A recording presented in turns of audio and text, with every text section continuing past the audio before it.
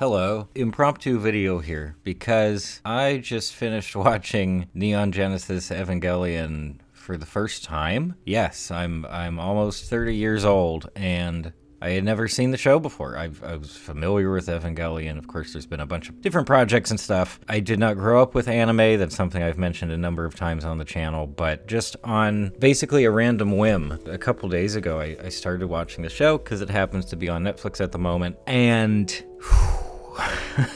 oh, okay. I get it. I think I understand now, at least a portion of the iceberg. I understand why this is something that people talk about and why it's something that they love and that has warranted other projects, spin-offs, etc. Now, if this video has a chance of being interesting to anybody, I think it's, maybe to a couple different groups of people. Group A is people who have already watched the show, they love the show, and they like being validated in that opinion, and they want to hear, other people getting excited about it and discovering it for the first time. I enjoy that too, with stuff that I love, so maybe stick around if that's your situation. And then Group B is people who I guess I would just call creatives, people who are trying to make their own work and they put a lot of thought into their work and hesitate a lot when trying to make something new, and they ask themselves a lot of questions about the thing that they're creating, because that's where this eventually is going to go. I just have a hunch that at some point it's going to lean off into the territory of self-reflection and just me taking the opportunity to consider how this loops into my own creative process and my own thoughts regarding the creation of some kind of work. And hey, if you just want to hear me just kind of ramble on for a while, you'll like the sound of my voice, and please, you're more than welcome. Thank you so much for joining me. Really appreciate the support. Okay, no script for this one. Obviously, I don't think a script would really work for this video. I am sure that plenty of people have done really solid analyses of the show, and in particular the ending of the show, the last, 5-6 episodes in particular. And by the way, while I don't think that I'm going to be getting into super specific plot spoilers, I will absolutely be alluding to major events and the paradigm shifts that we experience while watching the show. Just be aware of that in case you're sensitive to that kind of thing. Right at the outset, I'll just run through kind of general impressions and recap my experience of watching Evangelion here. I thought it was 5 seasons. I don't know where I saw that. Maybe I was looking at another Evangelion related thing and it happened to be 5 seasons. I don't know. So I was expecting, this is going to be a long haul. I'll see if I'm into it through, the first half of the first season. Maybe I'll watch the whole first season and then I'll decide whether or not I want to stick with it. No, it's 1 season. It's 1 season. Like so many other great shows, and specifically like so many other great anime, it just gets 1 season. I don't know, is that some kind of magic? Like if it's something really incredible, it only gets to exist for that long. The ending felt even more impactful because I was not expecting at all for it to be the ending of the entire show. I just thought it was a major transition point, and then we were going to get back into the swing of things and it would move forward as planned. No, it ends, and boy does it end hard. We're not there yet though. We have to wait to talk about the ending for a little bit longer. So first up, for so much of the, first 10 episodes or thereabouts, it felt very standard, and I don't mean that in a derisive way, but that's what it is. It's a mecha show. We have teenagers in mecha fighting weird alien monsters. That's something we have seen certainly many times since this. We also had Gundam years and years before this show came around. There's been a lot of that. It's a whole subgenre, and I don't have any especially strong personal feelings towards that subgenre. It can be great, it can be kind of silly, it can not maintain my interest. It all depends on the specifics. And in this case, it wasn't really holding my attention, to be honest. It felt like it was just following that typical shonen structure for so long of just like, here's a big challenge, it's very serious, but we found some strength or source of power and we overcame the big scary challenge. Next episode, wow, there's another crazy, powerful monster threat situation, and this is even more serious, and they just continue to elevate the threats and the stakes over and over again. It's a solid storytelling tactic. You wouldn't want the stakes to diminish. That would feel very strange. It wouldn't feel very natural, and you'd risk losing a lot of people in the process, I think. But here, it works okay. It's incredibly well done, of course. The combat isn't super flashy in most cases. It's marked by these very brief moments of action, and even the way that, like explosions or things are handled on the screen, very stylishly done, but again marked by like a lot of static imagery, and then all of a sudden we get the crazy action and stuff and the insane frames and all that. So it was kind of losing me. They do progress it just fine within the first, up to the first 15 episodes then, I guess. We get our new characters, we get the other children, we get new mecha as well. It just wasn't quite clicking for me for so many of those episodes, and I will admit that for some of them, it was just kind of on in the background. I was getting other stuff done, or I was drawing or something like that. And then every once in a while, okay, here's what's going on in the story. I understand. Here's the new threat. Here's how they're going to overcome it. Wow, that was really serious for that character. And that's one thing that I'll say, even in the moments where I wasn't super invested, I did really appreciate how when a character's down for the count, like when a character has like a really difficult challenge or a very serious traumatic experience, you feel it. And there are plenty of other shows, especially with that like shonen kind of structure, where you don't always believe it. Do you know what I mean? I don't want to point out any specific shows here just because I don't want to, I don't want to push them aside or say like, oh, they're not quite as good. But there are just those moments where I feel like, oh no, I know this character's going to bounce back. I know that this character is the good guy. They're going to win every fight eventually. It just might take a bunch of tries. In the case of this one, as they continue to ramp up those stakes, you really do start to feel the struggle on so many different levels. You have the pilots themselves who are really going through it, and they all have their own issues, of course, that start to surface more and more as the series goes on. But also just in terms of like support staff and in leadership behind the scenes, it's everywhere. You never get the sense that anybody is like successfully coping with their situation, which is fascinating from the get-go in a show like this, because that immediately lends characters depth. You immediately feel a sense of a certain kind of kinship, I suppose, just in the fact that, oh yeah, no, they're not paper thin. They're not just going to bounce back after every single thing. You can't just iron them out and they're good as new. No, these are very serious things they're up against. And I was with them the whole way. I don't even know if I could point to a character that I just outright don't enjoy seeing on the screen. I guess there are a couple of side characters that I find a little bit annoying, but for the most part, no, I get it. And especially after we delve into their backstories and traumas and everything, I just get it even more. And I enjoy getting those opportunities to learn more about them. And that's probably the biggest surprise for me of the show, aside from certain aspects of the ending, is just that the quality of the character work here is sort of stunning. And that is not something that I say in general. That's just not something that's not a conclusion that I arrive at with much of the media that I consume. Most times I'm, impressed with the competency of character writing and development. But here, at least at the moment, and hey, recency bias could totally be a thing. Maybe my feelings will change about this later on. But right now, these are incredibly human characters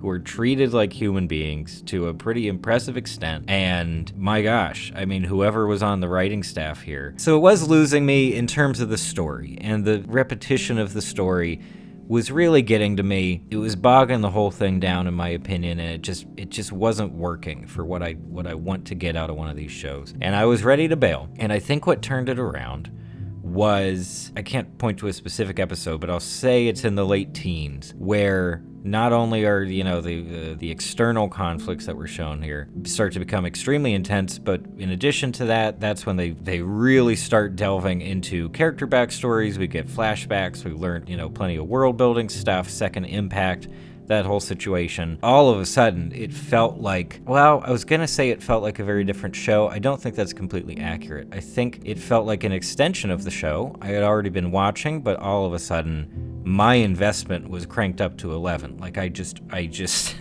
became completely invested in the whole cast, basically, but especially our lead ensemble of characters, our favorite roomies, not Pen Pen, I kind of don't see the point of Pen Pen, and I'm very sorry about that. But otherwise, the human characters and some of the characters that we meet in those flashback sequences, I was completely on board. It was a done deal from that point on. Do you ever have one of those wonderful moments when you're just watching something in the background, but all of a sudden, the thing that you're watching just completely grips your attention? Like you don't even have a choice anymore. You're just so compelled to dedicate 100% of your attention to what's happening on the screen. That's what happened here. I can only think of a couple other times in the past where that's happened to me. I think Roma, when I was seeing Roma for the first time and I was watching it on like a terrible laptop screen, there was a particular shot where all of a sudden I was like, oh, this is something that I am completely paying attention to now. And here, yep, it happened. Completely consumed me, and so yeah, the last 6-7 episodes, just watched straight through, no interruptions, no getting up to, get water and all that kind of stuff. Nope.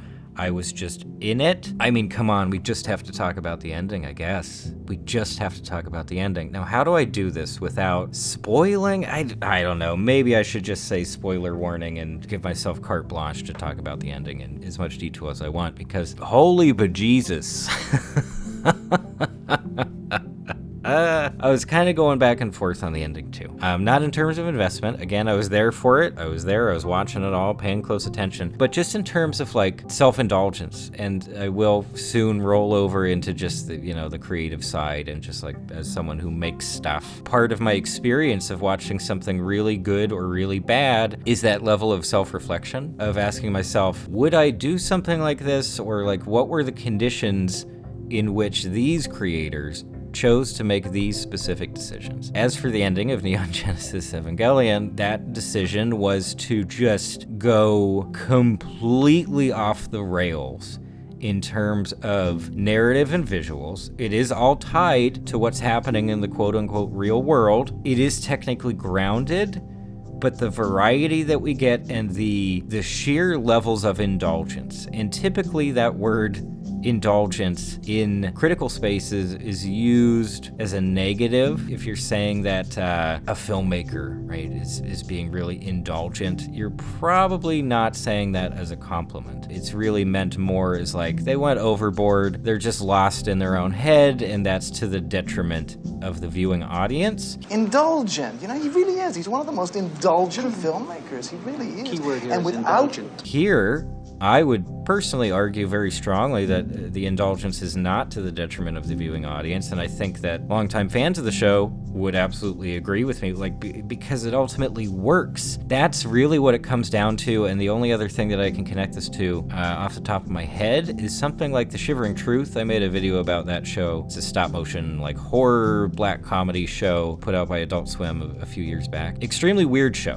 At least for me, there's a point where weirdness for the sake of weirdness doesn't work for me, and I lose interest. But as I felt with The Shivering Truth, there was a purpose to it. All that weirdness was in service of saying things that were interesting, compelling. They asked questions of the audience, and I really appreciated that. And similarly, here with Evangelion, there's a point to it, and it's tethered to the story that we've been following the whole time. And of course, it's an expansion, a very natural expansion of all the characters that we've grown to love. It reminds me of something that a professor of mine said back in college. This is, oh boy, a long time ago now. But at the time, most of the stuff that I was writing was very much weird for the sake of being weird. I just thought that was the coolest thing I could do, and just make it really strange and inventive and kind of corny at times, and just creative. That was the only goal. I didn't really focus on making it entertaining or fun or super interesting for the reader. I just kind of hoped that people would like the kind of stuff I was making. That's kind of still my situation, come to think of it. And one of the best pieces of commentary or advice that I got from one of my professors, they basically said, you're in orbit, the stuff that you have here, it's in orbit of the mainstream. And that can be good, that can be bad. It's not, inherently one or the other. But as long as it has that attachment, Like, as long as it's within communication distance of the mainstream and of really typical storytelling techniques and structure and all that, you're probably good to go, because there's still an element of grounding there. There's still a way for people to connect with the kinds of stories that they're already familiar with. I think that's a pretty decent way of talking about the last, 4 or 5 episodes of Evangelion, which basically encapsulate this huge, sprawling, completely insane ending where visually they're just doing whatever. A lot of black. We're just kind of in the void. We're in the subconscious. We're in the psyche of like our collective cast of characters. And there's so many questions. Has anybody just counted the number of questions that this show shouts at you for that last handful of episodes? Because it's so many and it takes so long. Just in terms of runtime, it's probably a collective 2 hours or more of this extremely abstract entertainment. In fact, just calling it entertainment, I think, might be stretching a little bit. It's really doing some artistic work. It's taking every liberty possible, and there is such a huge risk when you do that of going overboard and losing a bunch of people. You know, I have no doubt that plenty of people do get lost there and they don't feel like they understand what's happening, and it alienates them for that reason. But it works, in my opinion. It 100% works. There's never really a moment where you feel like what you're seeing is just completely detached from the show that you've already been watching and enjoying. The characters feel true to form. There's just tons of trauma and anxiety, obviously, and just self-questioning. Intro-punitive is a word that I learned from this show, which is absolutely applicable to most of the main cast. And we're just given so many opportunities to understand these characters on a level that most shows just plain don't explore. And there's probably a good reason that most shows don't go to these depths of character exploration. Like, again, super indulgent, super time consuming, and a huge risk of alienating the audience. Most shows don't want to do that. Especially anime, they want to sell their figures. They want to sell their merch. None of those intentions come to mind when I watch the ending of the show. Instead, I'm just thinking, oh, this is a group of people who had a very strong vision for what they wanted to make, and they just went whole hog. They went whole hog, and boy, oh boy, what a challenge it must have been for the animation team to keep up with this. Because, yeah, again, the variety of the visuals that we get is hilarious and fascinating and heartbreaking. The sound effects, like the Foley in those last few episodes, I was shocked at how creative and varied and just plain good a lot of the sound effects are for extremely abstract visuals. So applause all around for whoever that team was too, because I wouldn't have been able to do it. I wouldn't have been able to think of sound number 7 for part 4 of a repeated animating sequence where another character's like worst fears and anxieties are being transmitted through another character's voice. Like, I just, I would have gotten lost somewhere along the way.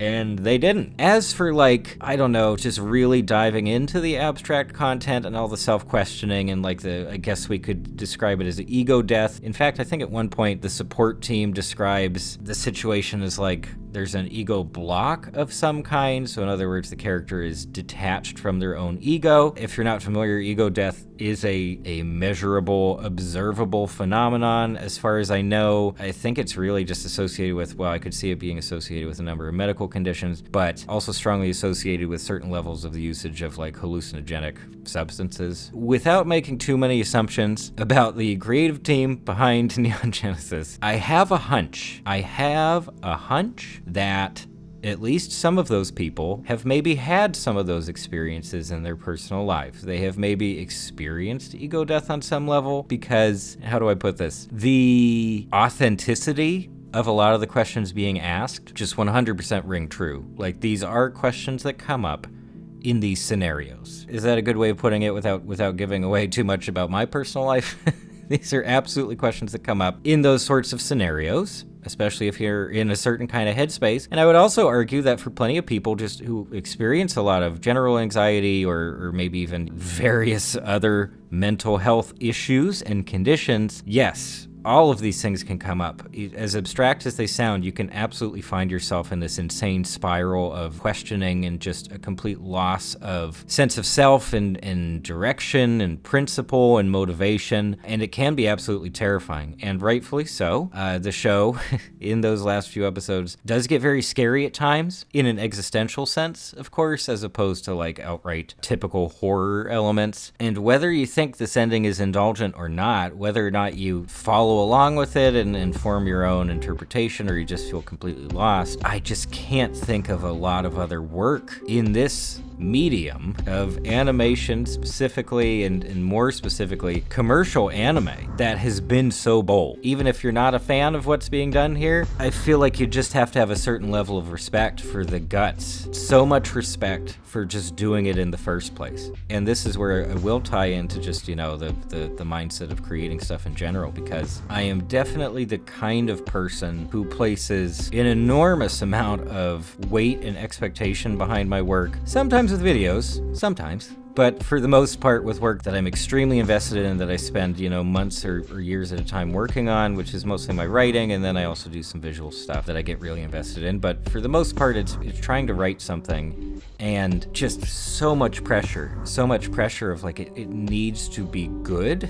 It needs to provide something of substance to whoever the reader may be, regardless of how different that reader is from myself. It needs to be inventive, and it needs to feel original and new and fresh, and it needs to feel honest and energetic and earnest. There's just this huge laundry list of things in my brain that I want my work to be. And the process of making any of it is completely fraught with just massive amounts of self-questioning. Huge stalls. Those stalls can be anywhere from like a few minutes of trying to think of the next thing to write, or years. I hate to admit, there just have been whole years where what I was making just wasn't measuring up. And one of the worst things you can do in that situation, in my opinion, is to stop trying. Like, if you're doing any kind of work at all, you're making progress of some kind. You're getting some kind of practice in, but just the amount of anxiety and stress that I attach to the process, I just couldn't. There's still plenty of moments